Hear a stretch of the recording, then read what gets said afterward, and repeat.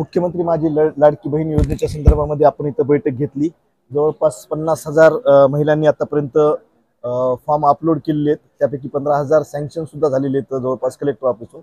आणि इथे जी कमिटी होणार आहे ती त्याला फायनली सँक्शन देणार आहे। त्याचा अध्यक्ष मतदारसंघातील प्रत्येक मतदारसंघातले आमदार आहेत। त्याच पद्धतीने त्याचं काम झाल्यानंतर मुख्यमंत्री युवा कार्य प्रशिक्षण शिबिर प्रशिक्षण त्या बाबतीमध्ये सुद्धा 18 ते 35 वयोगटातील मुलांना तिथं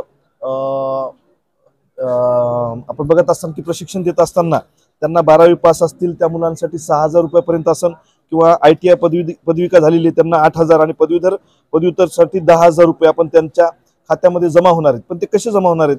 त्यांना एका संकेतस्थळावर जाऊन ऑनलाईन करावं लागणार आहे। त्यांना तिथं वेगवेगळ्या ठिकाणी त्याचं प्रशिक्षणाच्या बाबतीमध्ये महास्वयं पोर्टलवर नोंदणी करणं अत्यंत आवश्यक आहे। त्या तरुण मुलांना मी गावागावातील प्रत्येक तरुणांना मी त्या बाबतीमध्ये आवाहन करतोय की 18 ते 35 वयोगटातील त्या मुलांनी जी शासनाने योजना आणलेली त्याच्या योजनेच्या माध्यमातून सगळ्यांनी तिथं ऑनलाईन केलं पाहिजे। ITIच्या माध्यमातून असू द्या, बाकी सगळीकडे त्यांनी ऑनलाईन केल्यानंतर तिथं त्यांना नोकरीसाठी ॲप्लिकेशन आहे ते, आणि त्या माध्यमातून त्यांना तोपर्यंत प्रशिक्षण जोपर्यंत भेटते 6 महिन्याचं तोपर्यंत तिथं त्यांना अशा वेगवेगळ्या स्वरूपामध्ये 12वी वाल्यांना वेगळं असन, ITI वाल्यांना वेगळं असन, पदवीधर वाल्यांना वेगळं असन, पदव्युत्तर वाल्यांना वेगळं असन, या सगळ्या ग्रामीण भागातील विद्यार्थ्यांनी असो शहरातील मुलांनी असो 18 ते 35 वयोगटातील या मुलांनी त्याचा लाभ घेतला पाहिजे।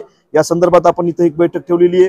मुख्यमंत्री तीर्थदर्शन योजनेच्या बाबतीमध्ये असन, त्यानंतर आपण आत्ताच MSCBच्या अधिकाऱ्यांना बोलवले आणि मुख्यमंत्री बळीराजा मोफत वीज योजना या बाबतीमध्ये सुद्धा आपण तिथं त्यांना सगळ्या माहिती त्यांच्या माध्यमातून घेत आहोत की बाबा 7.5 HP पर्यंत असलेले शेतीपंपांना मंजूर भार असलेले सर्व लाभार्थी यामध्ये पात्र असतात। त्यामुळे या सगळ्या शेतकऱ्यांना त्या बाबतीमध्ये ॲप्लिकेशन केले पाहिजे, अर्ज केले पाहिजे, आणि ते सगळे योजना पुढे जाण्यासाठी आपण आपल्या सगळ्याच प्रशासकीय अधिकाऱ्यांच्या माध्यमातून आपण ह्या सगळ्या योजना पुढे नेण्याचा प्रयत्न करतोय। त्यासाठी सगळ्या पक्षाच्या कार्यकर्त्यांनी झटलं पाहिजे।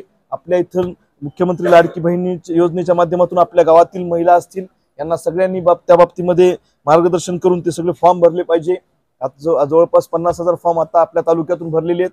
जास्तीत जास्त महिलांना शेवटच्या घटकापर्यंत हे सगळ्या योजना पोहोचवण्याचं काम आपल्या मार्फत केलं पाहिजे। यासाठी सगळ्या सरपंच लोकांची बैठक असन, सगळे जे काही शासनाचे प्रतिनिधी आहेत त्यांच्या मार्फत असन, सगळे लोकप्रतिनिधी आहेत त्यांना सुद्धा मी आवाहन करतोय की या सगळ्या योजनांचा फायदा हा समाजातील सगळ्या घटकांपर्यंत पोहोचवण्यासाठी काम केलं पाहिजे। यासाठीचा हा आढावा बैठक लागली।